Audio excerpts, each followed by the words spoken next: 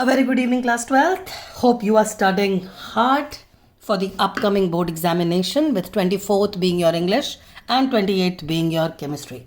Now, just to help you out with the previous year's board question papers, I am referring to the reasoning questions of organic chemistry. You have 4 sole organic chapters, and for them, generally the students do not answer them well, the reasoning questions. They do not know what exactly is to be written in the reasoning questions. So I would be doing the reasoning questions in this particular video. Now, the unit 10, which is your haloalkanes and haloarenes, is with which I would be starting off. Just to keep you updated, if you are struggling with SN1, SN2, the classification of haloalkanes, haloarenes, methods of preparation of haloalkanes, haloarenes, Booth's reaction, Fittig reaction, the named reactions, ambident nucleophile, how does it attack, and comparative study wala video in my channel in the playlist of haloalkane and haloarene is very very important for the base of the chapter. इन सारे topics के बेटा videos already हैं, but फिर भी I am doing this video as a wrap up summary के लिए, इस chapter की summary के लिए मैं ये वाला video बना रही हूँ, so that आपको सारे questions का exposure हो जाए. चलो let's begin. Haloalkane क्या compound होता है? You have a R group and a X. R क्या है? Alkyl group. Alkyl group की tendency होती है to donate electrons. They have a plus I effect, so this gives away the electron. ये होता है haloarene. आपका halogen लगा हुआ है and it is attached to a benzene ring. इस केस में क्या होता है कि halogen इलेक्ट्रॉन अपनी तरफ तो खींचता है क्योंकि halogen का इलेक्ट्रोनेगेटिविटी कार्बन से ज़्यादा है, पर क्योंकि halogen के पास 3 लोन पेयर्स हैं तो ये एक अच्छा लोन पेयर डोनर भी है, विच मीन halogen के पास प्लस आर इफेक्ट भी है. इन दोनों इफेक्ट में से plus R effect is always greater than minus I effect. That is why it acts as a donor. It is an electron donating group and not an electron withdrawing group.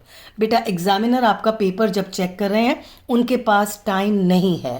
Please अपने answers को impressive बनाइएगा. Reasoning question में illustration show करना ज़रूरी है. Without illustration the answer is not impressive. तो अपने reasoning question में इलस्ट्रेशन ज़रूर डालिएगा ताकि आपका एग्जामिनर आपको मार्क्स इजीली दे पाए. ऑलराइट, बोर्ड का क्वेश्चन आता है रिएक्टिविटी ऑर्डर ऑफ हैलोएल्केन्स क्या होता है. तो यू शुड नो कि रिएक्टिविटी ऑर्डर में ये ऑर्डर होता है क्योंकि जैसे जैसे साइज बड़ा होता जाता है ये वाला बॉन्ड वीक होता जाता है. सो this is a weak bond because the size increases, there is ineffective overlap of orbitals. का मतलब orbitals ढंग से overlap नहीं कर रहे तो bond weak हो जाता है. The bond dissociation energy is low. ये है टेक्निकल वर्ड्स जो आपको यूज करने पड़ेंगे.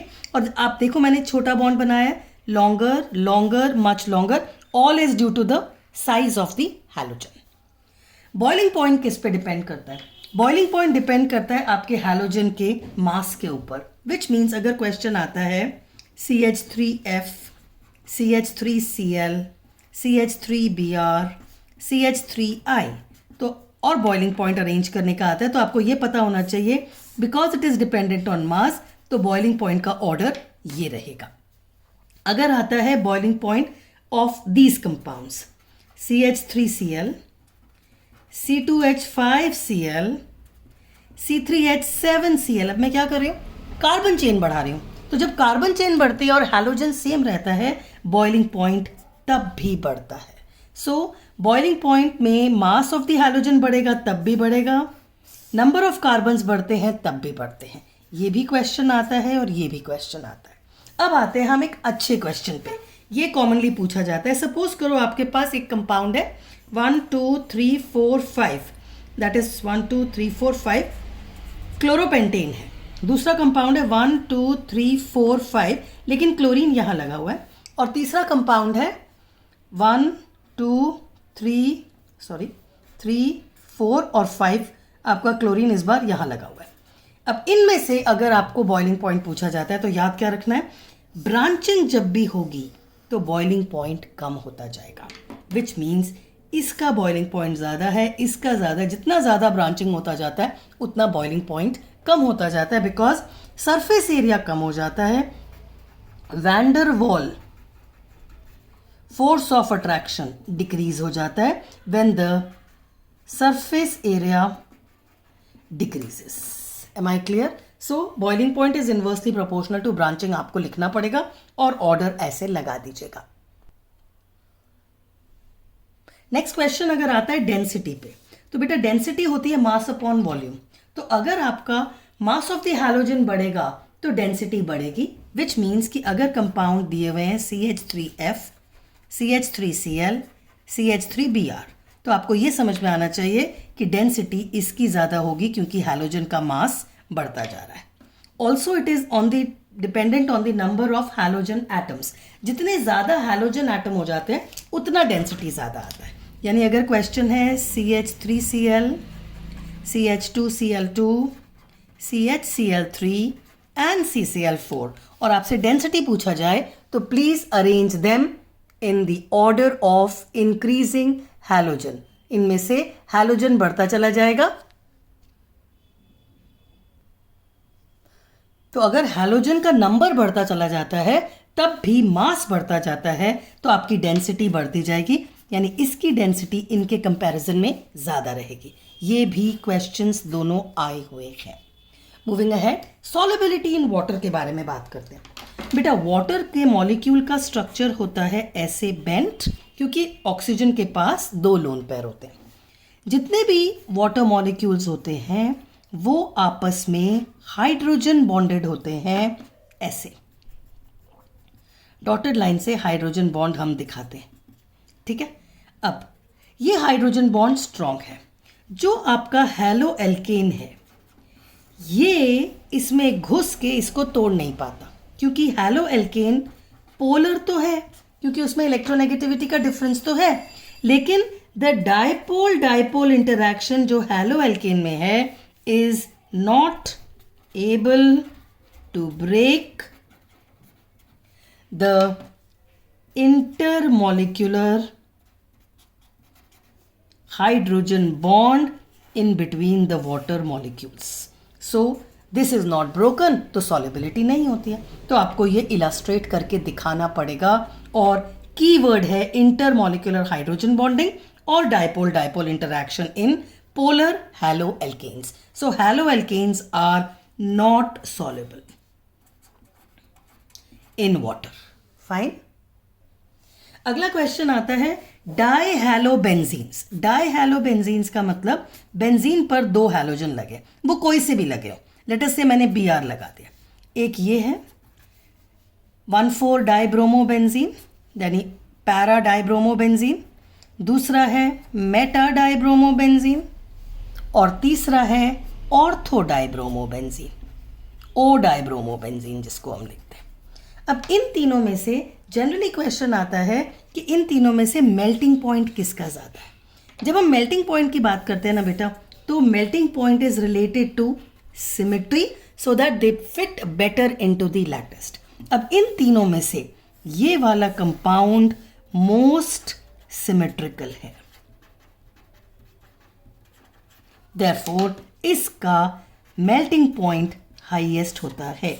तो आपका आंसर ये होना चाहिए most symmetrical, therefore fits better in crystal lattice.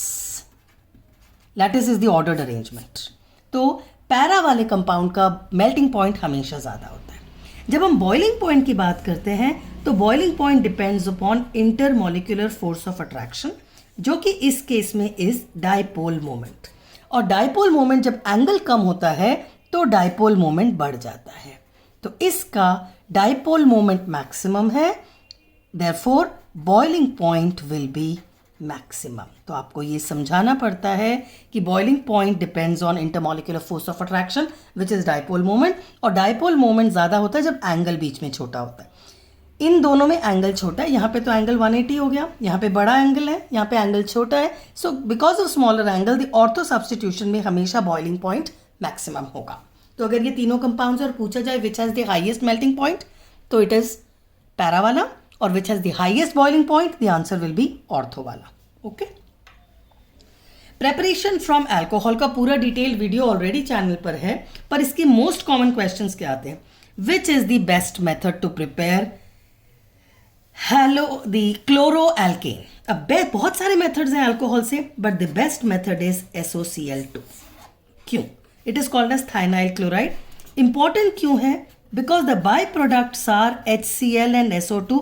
बेटा ये दोनों गैसेस हैं, ये लिक्विड नहीं है. जो आपको लैब में HCl लिक्विड मिलता है, it is HCl dissolved in water, it isn't liquid. तो by products are gaseous. Your gaseous by products के कारण isolation of your compound is easier. So thionyl chloride is the best method to prepare haloalkane chloroalkane from alcohol. अगला question क्या आता है? Bromo कैसे बनाएं? Bromo बनाने का कौन सा तरीका होता है? ब्रोमो बनाने के लिए आप क्या कर सकते हो? HBr बेटा मार्केट में नहीं मिलता, तो HBr हमको बनाना पड़ता है. हम लिखते हैं NaBr विथ H2SO4. ये दोनों मिलकर HBr बनाते हैं. तो HBr लिखना सही नहीं होता है.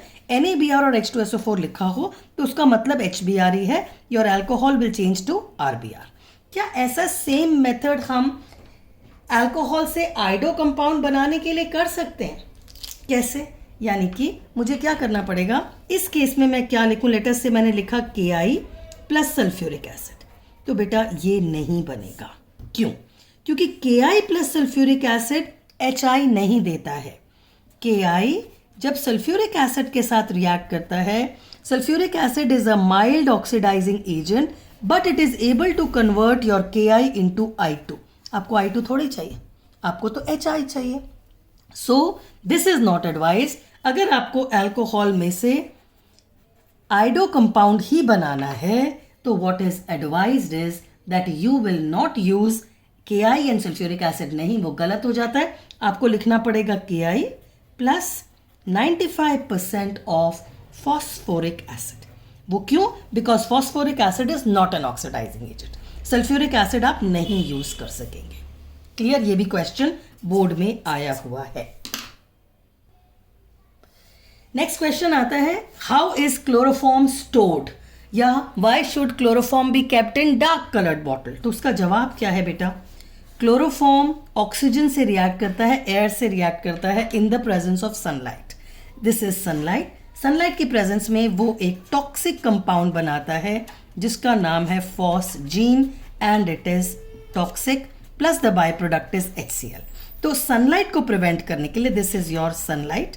सनलाइट को प्रिवेंट करने के लिए हम डार्क कलर की बॉटल यूज करते हैं, और ऑक्सीजन को प्रिवेंट करने के लिए हम बॉटल को ऊपर तक भर देते हैं.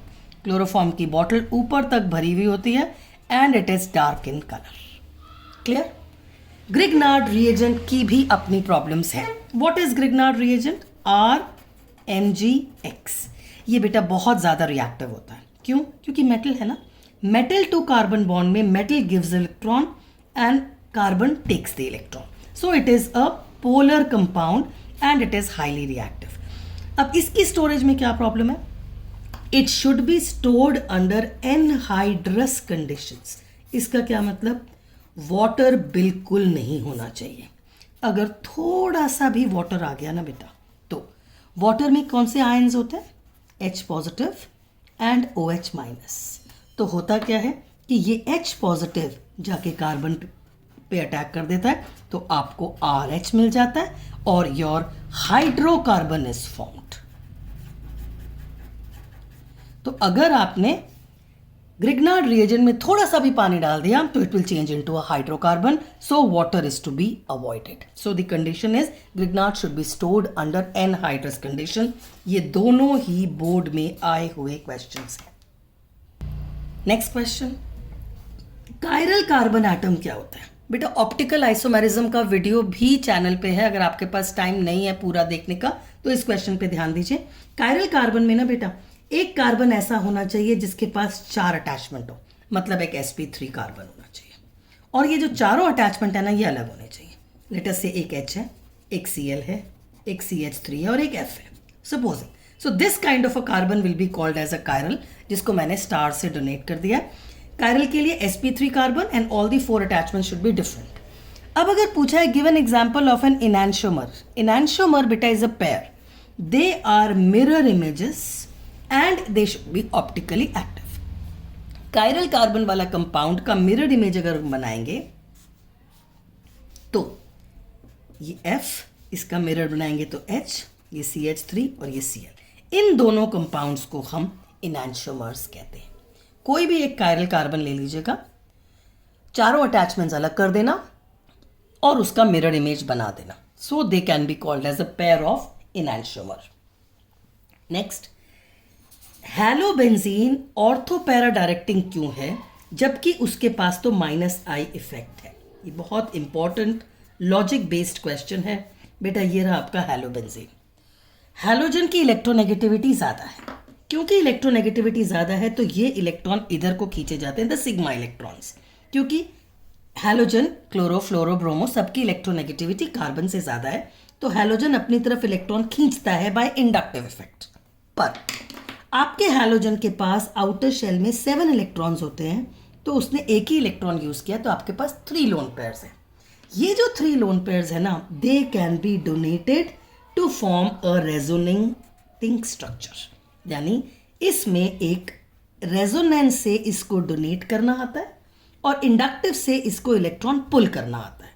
पर resonance effect is always greater than the inductive effect. इसलिए halogen acts as an electron donating group.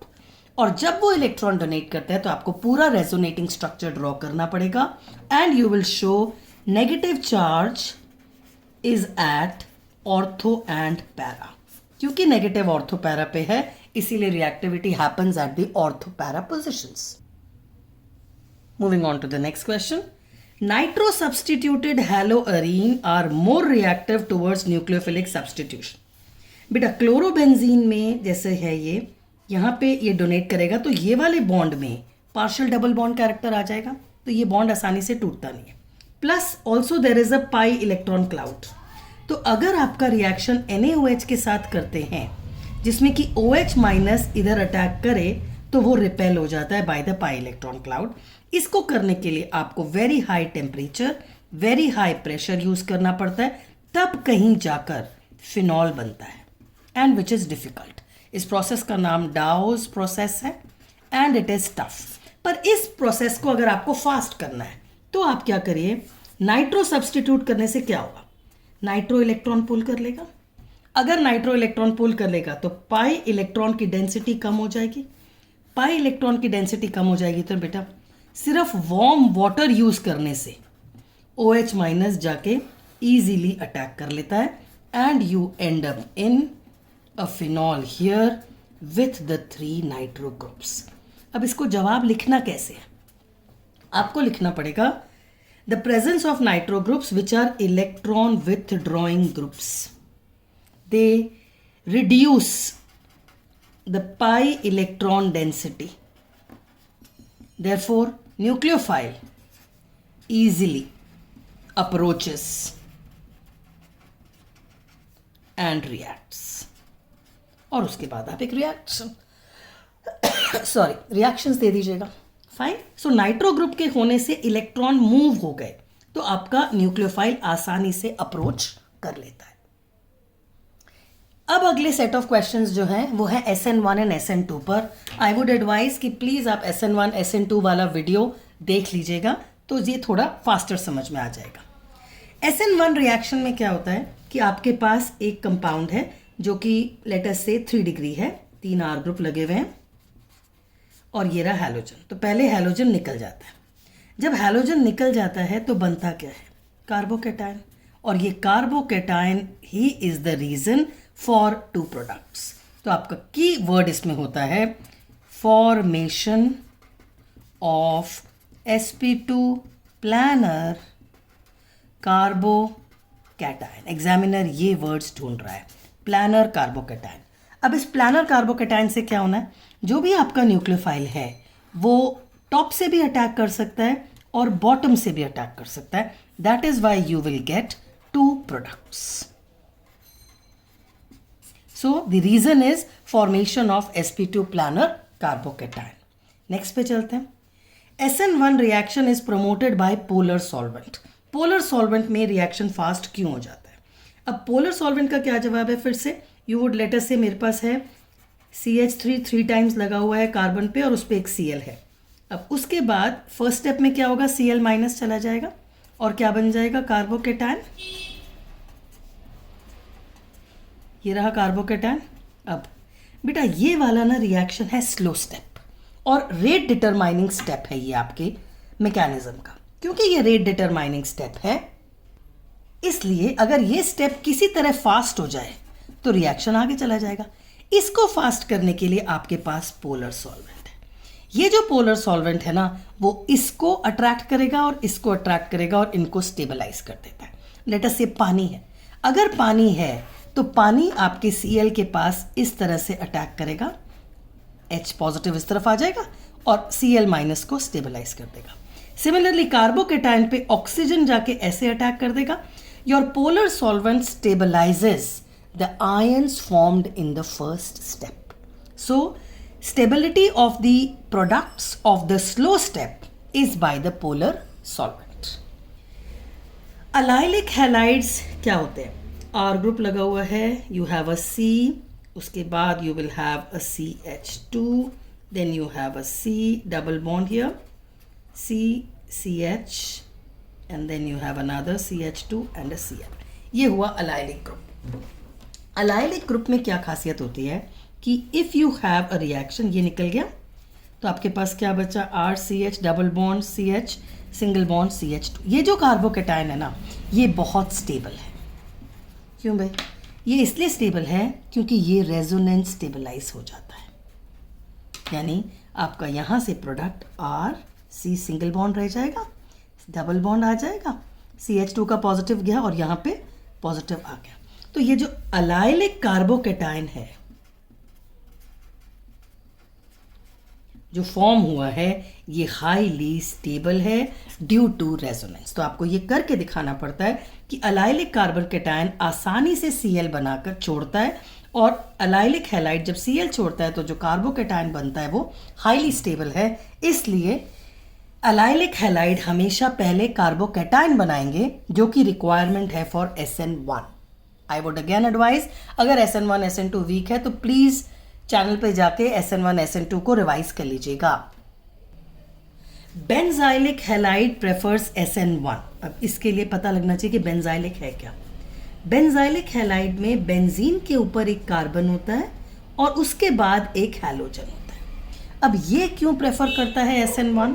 इसमें बेटा क्या होता है? ये X माइनस निकल गया, साथ में क्या बचा? Benzyl carbocation. अगेन आपको ये बोलना पड़ेगा कि जी बेंजाइल कार्बोकेटायन स्टेबल है। बेंजाइल कार्बोकेटायन कैसे स्टेबल है? कार्बन को इलेक्ट्रॉन चाहिए, ये पाई इलेक्ट्रॉन क्लाउड यहाँ शिफ्ट हो जाएगा। यानी you can draw the resonating structures like this.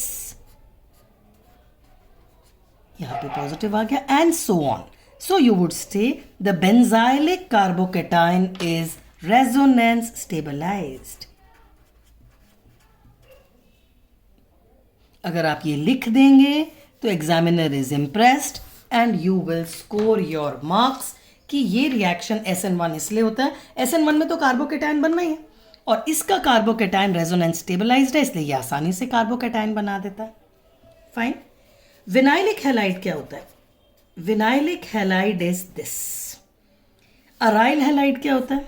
Aryl halide is benzene के ऊपर हैलोजन लगा। ये do not undergo SN reaction, मतलब इसमें सब्सटीट्यूशन ही नहीं होती है। क्यों? क्योंकि इसमें बेटा ये बॉन्ड बहुत स्ट्रॉन्ग है। यहाँ पे पार्शियल डबल बॉन्ड कैरेक्टर है बिटवीन कार्बन एंड हैलोजन, तो बॉन्ड टूटेगा ही नहीं। इधर देखो अगेन, इधर भी क्या है? ये इधर चला जाता है, ये इधर चला जाता है, तो इसका रेजोनेटिंग स्ट्रक्चर कैसा बन जाएगा?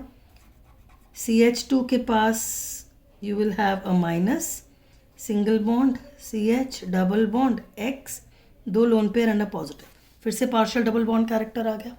तो कार्बन एंड हैलोजन के बीच में पार्शियल डबल बॉन्ड कैरेक्टर है, वेदर इट इज विनाइलिक और it is arylic, so you cannot have SN reaction. x निकलेगा ही नहीं. अगर x निकलेगा ही नहीं तो दूसरा न्यूक्लियोफाइल आएगा कहाँ से? x माइनस निकलेगा तब तो न्यूक्लियोफाइल आएगा.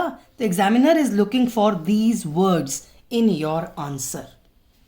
SN2 leads to inverted product formation. SN2 mechanism में उल्टा प्रोडक्ट क्यों बनता है का जवाब चाहिए. उसके लिए what you need to do is कि आपने लिखा कार्बन, उसके पास लेटर से H, H एंड H, और ये रहा हैलोजन. ठीक है. अब SN2 में बेटा क्या होता है? Both the steps takes place simultaneously. मतलब ये टूटता जाएगा और न्यूक्लियोफाइल को अटैक करना है. तो बेटा अगर ये जाएगा तो ये Cl माइनस की तरह जाएगा ना, since it is going as a negative. So the approaching nucleophile इधर से तो अप्रोच ही नहीं कर सकता क्योंकि रिपेल हो जाएगा.